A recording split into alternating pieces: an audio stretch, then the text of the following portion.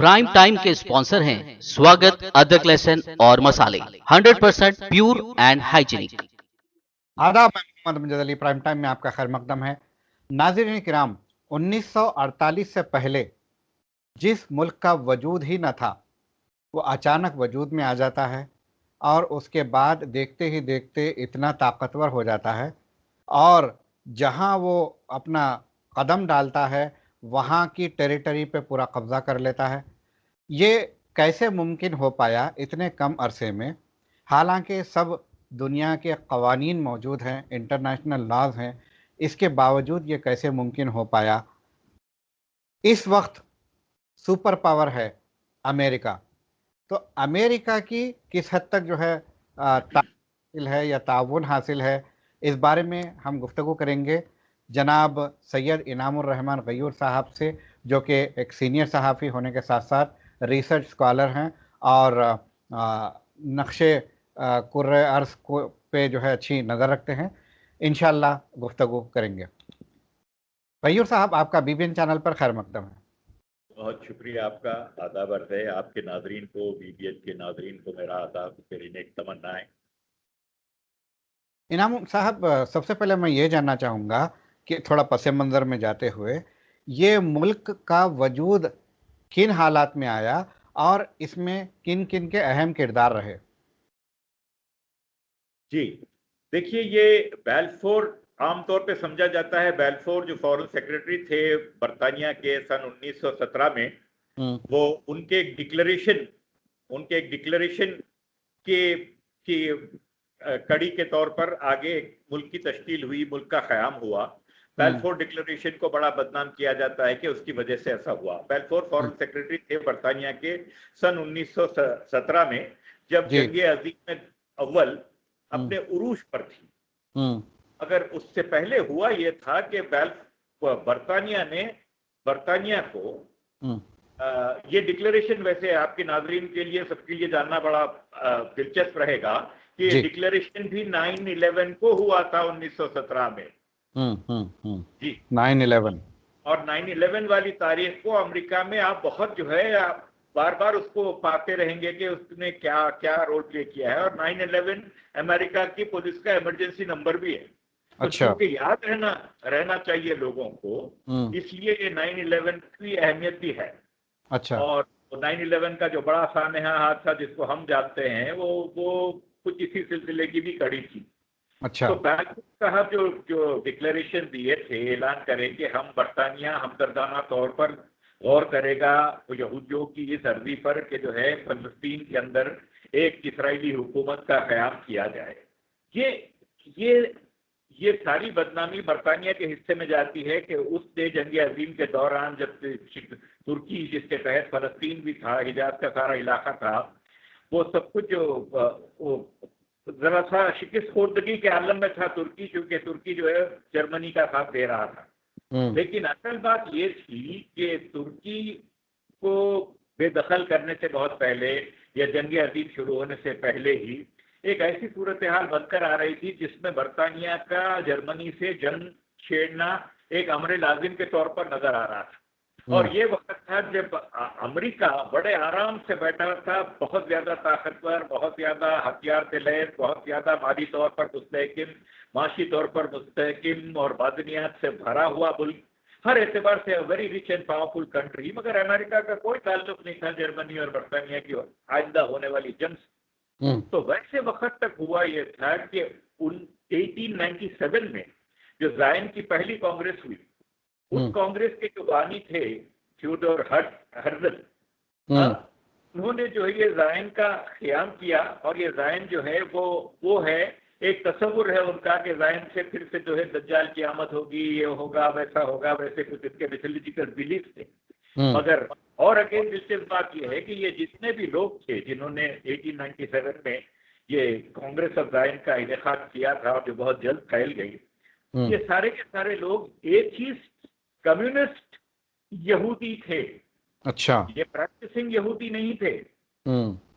और ये लोग ऐसा सोच रहे थे कि एक मुल्क का क़याम है, एक मुल्क कायम किया जाए और बहुत दिनों तक कई कई दफों तक अच्छा खासा 10-15 साल तक ये भी ज़ेर गुफ्तगू रहा कि इसराइल का क़याम क्यों नहीं अफ्रीका के किसी खित्ते में कर दिया जाए जहाँ पे वाफिर जमीन पड़ी।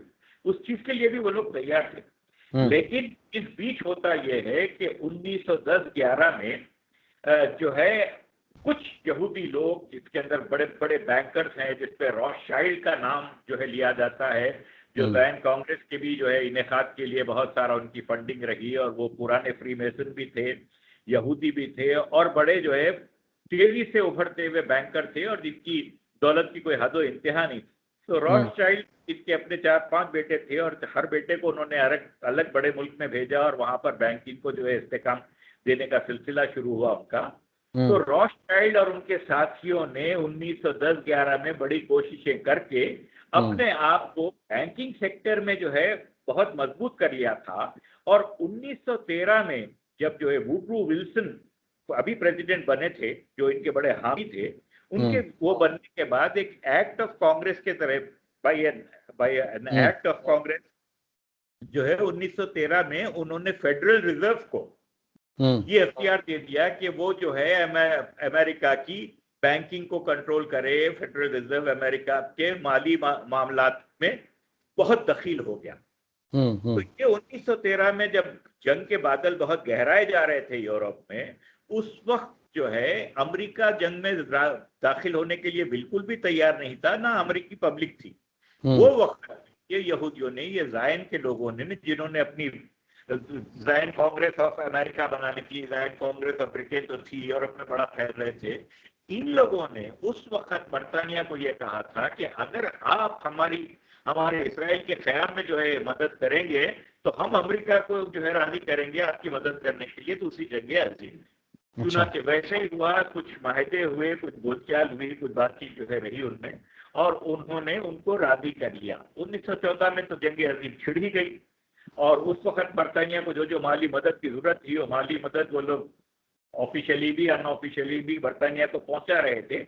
लेकिन एक सिचुएशन ऐसा आ गया जब यहूदियों की मुहैया करता माली मदद की बुनियाद पर बरतानिया को यह मानना ही पड़ा कि बरतानिया जो है इसराइल के इनेकाद के लिए, क़याम के लिए कोशिश करेगा। तो एक पहले ऐलान हुआ, वो ऐलान 9 नवंबर सन 1917 को हुआ। वो बदनाम ज़माना बैल्फोर डिक्लेरेशन है, जो बुनियाद बन गया सन 48 में इसराइल के क़याम के लिए। अच्छा जी, तो वहाँ से उसकी बुनियाद है। अच्छा। अब मैं आपका सवाल ये है कि अचानक 48 में कैसे जो है ये मुल्क आ गया जिसका कोई वजूद ही नहीं। हाँ, तो अचानक से तो कुछ भी नहीं हुआ। बरतानिया तुर्की को हराने के बाद, तुर्की की शिकस्तखोर्दगी के बाद जो है ये हुआ कि फलस्तीन का सारा इलाका, बहुत बड़ा मुल्क था फलस्तीन, बड़ा मारूफ मुल्क था, बड़े अच्छे ज़राअत वगैरह थी उसकी, सब कुछ था, अच्छे पढ़े लिखे लोग शुरू से थे वहाँ। तो वो इलाके में बरतानिया को एक मैंडेट ले लिया अपने लिए कि वो उसको एडमिनिस्टर करेगा। जी, तो एक तरह से उस पुरानी लीग ऑफ नेशंस के जरिए समझिए, या जो है आने वाले उस वक्त के मिलिट्री पावर्स के जरिए समझिए कि ये बात तय हो गई कि बरतानिया उसको एडमिनिस्टर करेगा और तुर्की का उससे कोई बोझ नहीं रहेगा। और तुर्की की खिलाफत करने के लिए जो कोशिशें चल रही थी उसमें फलस्तीन को अलग करना सबसे पहला उनका काम था। उसके अंदर बड़ी कोशिशें रही। लॉरेंस ऑफ अरेबिया, उसने बड़ी जो है रेशा दवाइयाँ की, बहुत सारे लोगों को उकसाया, भड़काया, यूं किया वो किया। भारत खिलाफत उस्मानिया को बड़ा धक्का पहुंचा उस वक्त। तो ये मैंडेट मिलने के बाद बरतानिया दर पर्दा इसराइल के क़याम के लिए कोशिशें करता रहा, जिसके अंदर वाज़ेह रहे कि ये कोशिश भी रही कि वहाँ के फलस्तीन के जो रेवेन्यू रिकॉर्ड्स हैं, उन रिकॉर्ड को थोड़ा सा उनमें नुक्स पैदा किया जाने लगा जानबूझकर। जानबूझकर नुक्स पैदा किया जाने लगा। दूसरी तरफ यहूदी जो पैसे वाले थे उन लोगों को मौका दिया जा रहा था कि आप आएँ यहाँ पर अपनी ज़मीनें खरीदें। तो 1917 तक क्या 1948 तक भी जो है सिचुएशन ये थी कि 85% आबादी फलस्तीन की मुसलमान थी, 10% जो है क्रिश्चियन थी, 5% कुछ यहूदी थे। तो वो आबादी वाले मुल्क में इधर एक तरफ तो यहूदी आके ज़मीनें खरीद रहे थे, दूसरी तरफ अपनी आबादी को कुछ कुछ बढ़ा रहे थे, और तीसरी तरफ ज़मीनों के ऊपर अपने हक का कुछ दावा पेश करने के लिए जवाब पैदा कर रहे थे।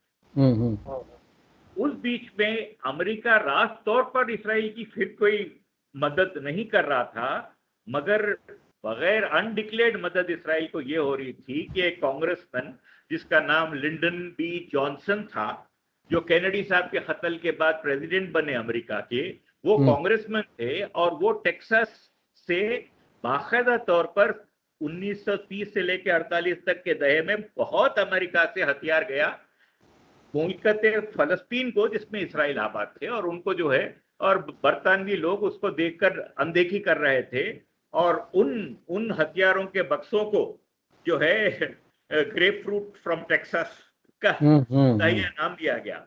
अच्छा। और बहुत ज्यादा मुसल्ले हो गए इसराइली वहां पर। उनकी आबादी उस वक्त भी 5 से 8% से ज्यादा नहीं बढ़ी।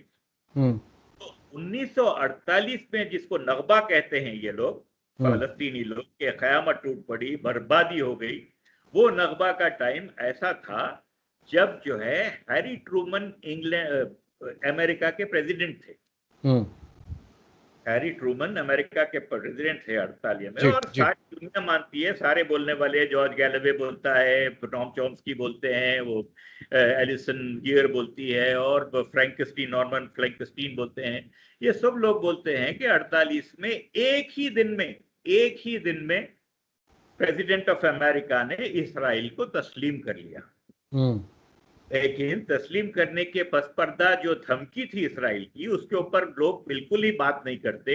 और धमकी ये थी कि इसराइल ने एक बहुत बड़ा जहाज जिसमें बहुत सारे लोग थे, वो जहाज को जो है समंदर में बंदरगाह पर लाकर खड़ा किया और ये ऐलान किया कि अगर अमेरिका हमको तस्लीम नहीं करता है तो हम इस जहाज को उड़ा देंगे जिसके अंदर 20,000 टन डायनामाइट है, TNT। अच्छा। ये लियोन उरिस की किताब जो एक्सोडस है उसी के अंदर मिल जाता है यह मवाद। हाँ, और पॉल न्यूमन की फिल्म है इस नाम की, उसके अंदर मालूम होता है कि किस तरह अमेरिका को by holding a gun to America's head इन लोगों ने मनवाया, और वो एक दिन में वो राजी भी हो गए। खैर वो बनी बनाई बात थी होंगी, मगर ये तो जमाने ने देखा कि America doesn't talk to terrorist बोलते, ये पक्के टेररिस्ट थे। और ये 48 का जो कुछ जो है नगबा हुआ, ये हुआ वो हुआ, उसके बावजूद उससे पहले कम से कम 16 बड़े बड़े मैसेकर्स किए थे इन्होंने। अच्छा। खुली तौर पर अनदेखी हो जाती है। और एक विस्पर कैंपेन चलाया था जिसके अंदर अरब देहातियों, अरब विलेजर्स इन पैलेस्टीन, उनके गांव ये बात फैलाई गई कि भाई अभी तो जो है तुम्हारे 70 आदमी मरे हैं, तुम लोग भी तो 4 आदमियों को मारे थे उनके, और अब तो बहुत बड़ी तादाद में आने वाले हैं वो लोग, देखो तुम लोग होशियार हो जाओ, तुम हमारे भाई हो, हम यू है तो क्या हुआ। ये इस तरह करके, जिसको विस्पर कैंपेन आज कहते हैं, वो विस्पर कैंपेन इस तरह चलाया गया कि एक दहशत सी बढ़ गई तमाम जो है साकिनाने फलस्तीन को, समझ लीजिए जो फलस्तीनी शहरी थे। तो वो भी एक डर था जिसकी वजह से बड़ी आसानी से इन लोगों को मौका मिल गया कि ये लोग अपने इस्तेमाल को कायम कर ले सकें। तो ये 1948 में ब्रिटेन ने ये किया कि बोले भाई अब बहुत हो गया, हम जो कुछ करना था वो कर दिए, अब इसराइल एक मुल्क बन गया, वो यूनाइटेड नेशंस का काम है और यूनाइटेड नेशन जाने वो जाने बोल के उन्होंने अपने हाथ उठा लिए वहां से। इसराइल का ख्याल हो गया, बरतानिया अपने को अलग कर लिया, अमेरिका ने ऐलान कर दिया कि ठीक है भाई अब ये मुल्क अगर आ गया है, हम इसको तस्लीम कर चुके हैं, तो हमसे जो बन पड़ेगा हम इसकी मदद करेंगे। तो ये अंदर तो हो ही रहा था, अंदर तो हो ही रहा था। जिस तरह वो 1913 के जमाने से जब से वो फेडरल एक्ट हुआ था, क्योंकि फेडरल एक्ट के बाद से दुनिया की बैंकिंग टोटली बदल गई। आगे चल के तो बैंकिंग जो है वो गोल्ड को हटाकर डॉलर में कन्वर्ट हो गई, और फेडरल रिजर्व जो है उसका आज भी जो है सर पैर नहीं मालूम कि किस तरह कौन कंट्रोल करता है, क्या होता है, कुछ भी बोल सकते हैं। मगर फेडरल रिजर्व का काम ये है कि अमेरिका उनसे बोले कि साहब हमको $2 बिलियन की करेंसी $20 के नोटों में चाहिए, तो वो लोग उजरत लेके, कीमत लेके नोट छाप के उनको देते हैं और $20 बिलियन का गोल्ड उनको दे देते हैं, चला जाता जी। तो मतलब ये कि कागज छापने के पैसे फेडरल रिजर्व को मिल रहे हैं, वो भी कीमत देकर, और फेडरल रिजर्व के पास गोल्ड जो है जाता जा रहा है, तो सोना भी मिल रहा है। तो ये इस तरह बैंकिंग नेटवर्क बहुत स्ट्रांग हो गया उनका, और बाद में अमेरिकन पॉलिसी को डिक्टेट करने में ये लोग बड़े वो हो गए। उसी साल 1913 में जो एक सुप्रीम कोर्ट के जज थे जो पुराने फ्रीमेसन, पुराने ज़ायनिस्ट और अमेरिकन ज़ायनिज्म उसके जो है चीफ भी थे। सुप्रीम कोर्ट के जज बनने के बावजूद भी उन्होंने ऐसी दिखावे के लिए रिजाइन किया, लेकिन वो दरपर्दा जो है रहे ज़ायनिस्ट कॉज को प्रमोट करने के लिए। और ज़ायनिस्ट, जैसा कि मैंने आपसे पहले अर्ज किया, वो पहले कतई तौर वो क्रिश्चियन, वो यहूदी मानने वाले प्रैक्टिसिंग क्रिश्चियन नहीं थे, और जो है वो एथिस्ट थे और कम्युनिस्ट थे वो लोग। अच्छा। मगर इन्होंने, और ज़ायनिज्म के ताल्लुक से एक फर्क को समझना चाहिए सब लोगों को कि Zionism is not Jewism, it is not Judy, it is not ज्यूडिज्म।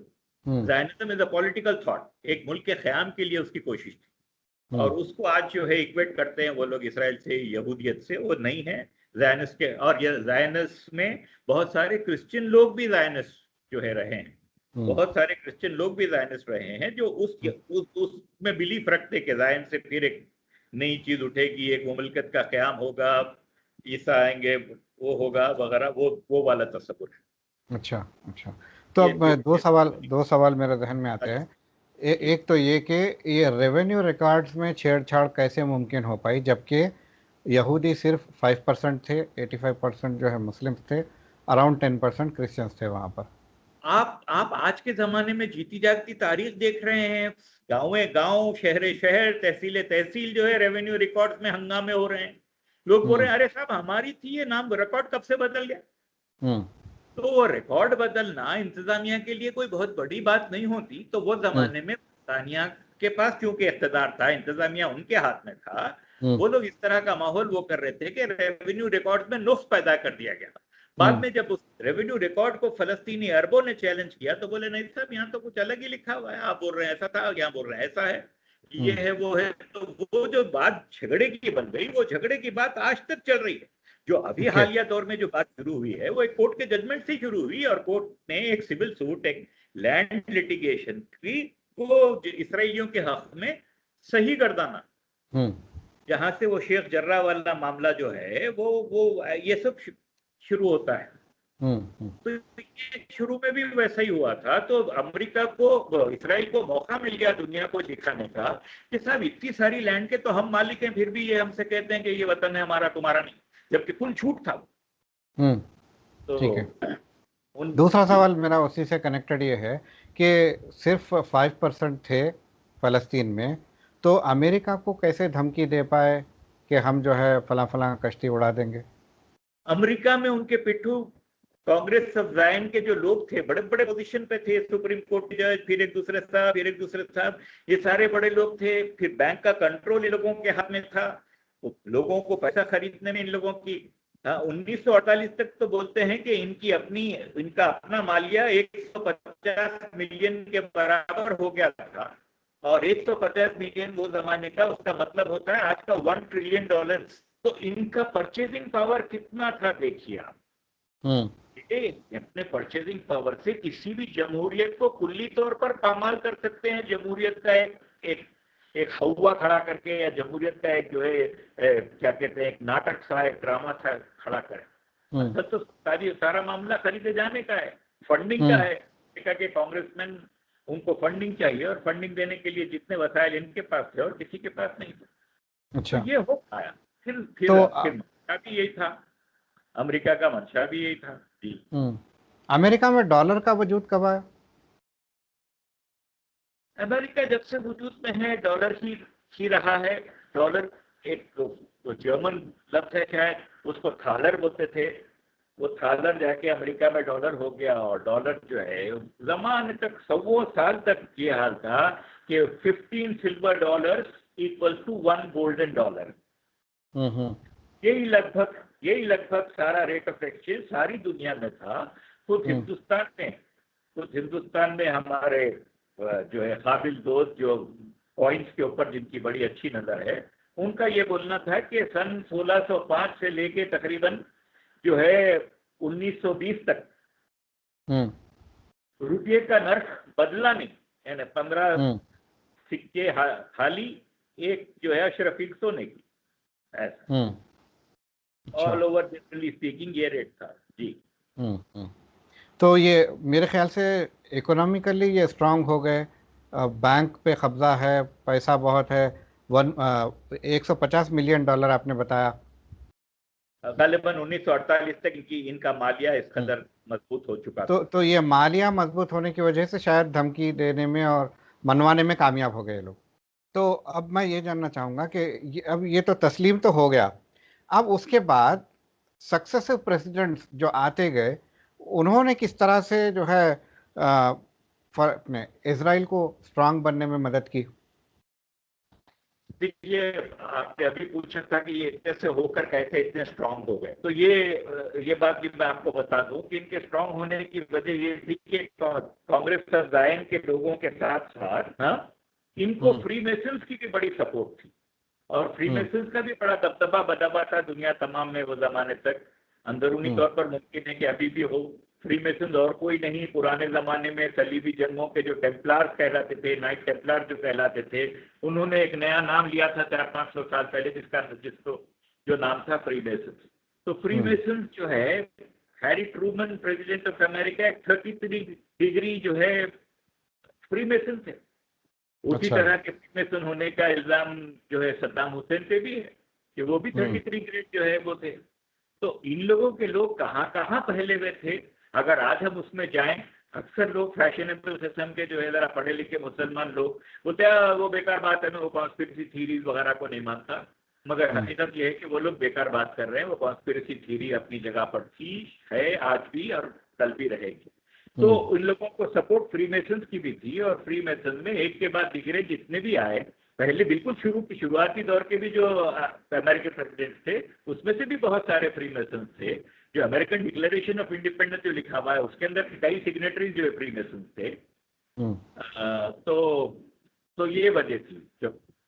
चुनाचे इंडिया के भी कई नामवर लोगों को कहा जाता है कि ये फ्री मेसन से जुड़े हुए हैं।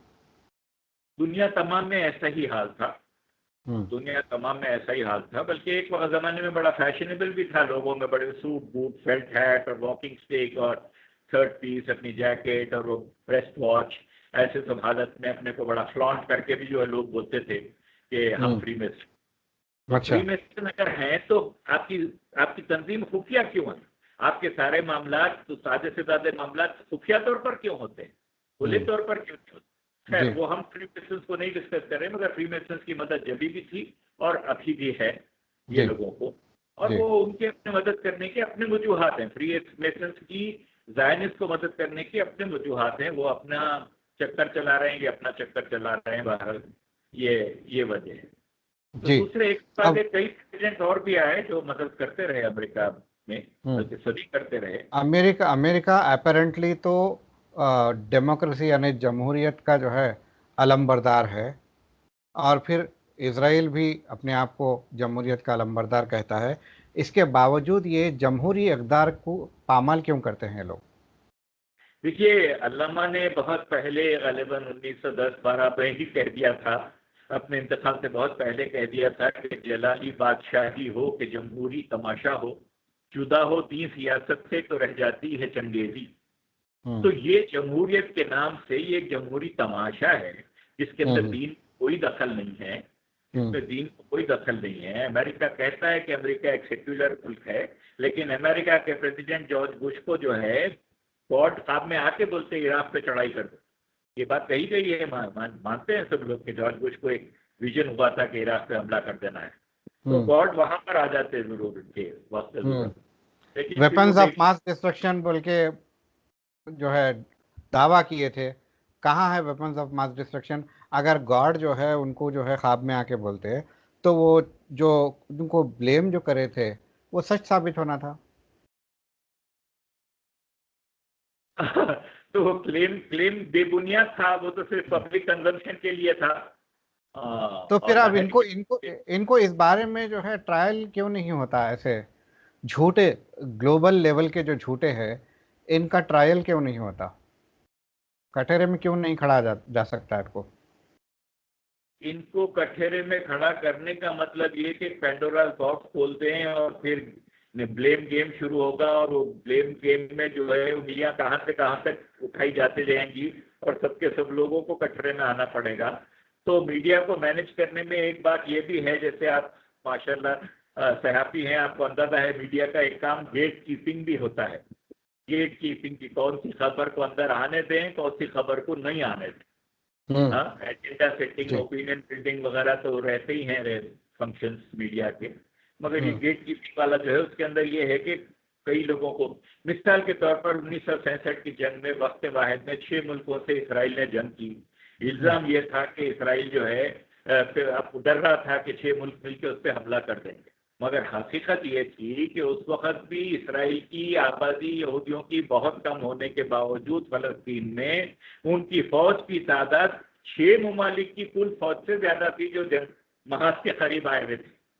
महाज के करीब का मतलब ये नहीं कि फलस्तीन में घुस के जो है आए हुए थे वो लोग। एक बार भी कभी कोई जंग इसराइल की अपनी ऑक्यूपाइड जमीन पे कभी भी नहीं हुई, जितनी भी हुई दूसरों के मुल्क में हुई, और उस पर और भी बहुत उनको कब्जा करते चले गए और भी कब्जा करते चले। उन लोगों के पास की जैसी जंगें होती, जैसे उनकी कार्रवाई रहती कि भाई 78 लोग मर गए, फायरिंग हुई दोनों तरफ से, ये वो 78 लोग में 77 अरब होते थे, एक यहूदी होता था। जिस तरह आज आप देख रहे हैं, फिगर आ रहा है आपके सामने कि वहां पे सब वो लोग मर गए और यहाँ पे 6-7 लोग जो है मरे, और वो 6-7 लोगों की बलि चढ़ा देने में इन लोगों को कोई तामुल नहीं होता। और ये इसराइलियों की जो है ज़ायनिस्ट की सबसे बुरी बात यह है कि ये लोग अपने मकसद बरारी के लिए ये लोग अपने करीब तरीन दोस्त को भी बदतरीन नुकसान पहुंचा सकते हैं। जैसे 65 की जंग में इन्होंने यूएसएस लिबर्टी, एक अमेरिकी जहाज था जिसमें मुश्किल से कोई हथियार थे मगर जंग में काम आने वाला जहाज था, मगर उसका काम मॉनिटर करना था। तो इंटरनेशनल वाटर्स में से वो जंग 65 की जंग को मॉनिटर कर रहा था, उस पर डेटा कलेक्ट कर रहा था। तो यहूदियों ने उस पर इतना बड़ा गोला दागा कि 40 फीट का जो है उसमें सुराग बन गया। तो तकरीबन 40-45 लोग जो है मरे, 250-270 कुछ जो है जख्मी हुए। और उस जहाज को मदद पहुंचने के लिए जो वो लोग मैसेजेस भेजना चाह रहे थे, वो मैसेजेस की फ्रीक्वेंसी को ब्लॉक करके उनको फौरी तौर पर इमदाद मिलने से भी रोक दिया इसराइल। और इस बात को जो अमेरिका की नेवी का जो चीफ था उसने और चीफ ऑफ स्टाफ ने कहा, एडमिरल के नेवी के एडमिरल ने कहा, CIA के हेड ने कहा कि ये सब हुआ है सब, ये नहीं होना, इसका हमको जवाब देना चाहिए। मगर उस जमाने के president again Lyndon B Johnson, जो टैक्सन ग्रेपफ्रूट भेजते थे, जब प्रेसिडेंट थे, कैनेडी का कत्ल बड़े पुरस्कार हालात में हो चुका था, ये अचानक जो है प्रेसिडेंट बन गए थे, आज तक कैनेडी के कातिल का जो है पता नहीं चल सका। तो ये लिंडन बी जॉनसन ने ऑन रिकॉर्ड कहा है कि I don't mind if the ship sinks but I don't want to disturb my allies. ये बात कही थी उन्होंने, ये ऑन रिकॉर्ड है। ये अमेरिकन प्रेसिडेंट जो हैं इस हद तक जाकर मदद की है, अपने लोगों की बलि चढ़ाकर इन्होंने इसराइल को किया। इन सारे तमाशों के बीच 52 मुस्लिम ममालिक हैं, ये लोग कुछ क्यों नहीं करते या अब तक क्यों नहीं करे? ये जमहूरियत के नाम पर जो एक शासखाना छोड़ा गया 18वीं 19वीं सदी यूरोप में, कि वो उन्होंने जमहूरी निज़ाम एक इस तरह का दिखाया कि आपके अपने पसंद का सदर चुन लीजिए आप, मगर वो चुने जाने वाला सदर उनका ही आदमी रहेगा या उसी जहनीत का रहेगा, उसके ऊपर आप ऐसे जो है वापसी हो गया, यही कुछ है यहाँ। तो वो ये 52 ममालिक जो बने हैं, इसमें से तो इसराइल चीख के दुनिया को शर्म दिलाता है। ये 52 ममालिक में से 22 तो अरब हैं, और ये 22 अरबों के बीच में हम अकेले जमहूरियत हैं। ये सब तो जो है बिल्कुल फ्यूडल्स हैं और यूं हैं और वो हैं। तो उल्टा ताना देता है कि वहाँ जमहूरियत नहीं। तो जमहूरियत लाने की कभी कोशिश की ही नहीं बरतानिया ने या जो है अमेरिका ने या यूनाइटेड नेशंस ने। लोग तो सब करते रहे ऐसे लोगों को जो इंतहाई रिप्रेसिव और सप्रेसिव किस्म के रिजीम्स हैं, चाहे वो सद्दाम हुसैन या मोहम्मद गद्दाफी जैसे डिक्टेटर्स हों, चाहे जो है वो मौजूदा कंट्रीज के जो है वो हों, बादशाह हों। इस वजह से जो नहीं हुई जमहूरियत जो है बज़ाते खुद कोई हल मसले का हल है ही नहीं। जैसा इकबाल ने कहा कि जुदा होती है सियासत से तो रह जाती है चिंगेदी। ये सारी की सारी चिंगेदी है। जमहूरियत सिर्फ एक दबदगी है जो एक आम आदमी बजाता रहता है और जो है अपना सर खपाता रहता है उसके अंदर, वरना इन रियलिटी जमहूरियत नाम की कोई चीज़ है ही नहीं। जी जी, आपकी इस बात पे आज का प्रोग्राम यहीं इख्तिताम करते हैं। आपका बेहद शुक्रिया बीबीएन चैनल पर तशरीफ लाने का। नवाजिश आपकी, आपने याद किया, बहरहाल बहुत शुक्रिया आपका। तो नाजरीन, ये थे जनाब सैयद इनामुर रहमान गयूर साहब। ये हमें बता रहे थे कि किस तरह से किन हालात में इसराइल का वजूद अमल में आया, कौन कौन इसके ज़िम्मेदार थे और किन किन की कमज़ोरियों की वजह से भी ये स्टेट के क़याम का मुमकिन बन सका और फिर ये किस तरह से ज़्यादा ताकतवर होते जा रहे हैं। इंशाअल्लाह हम फ्यूचर में भी इस ताल्लुक़ से बात करते रहेंगे और आपको अपडेट देते रहेंगे। अगले एपिसोड तक के लिए हमें दीजिए इजाज़त। शब बख़ैर।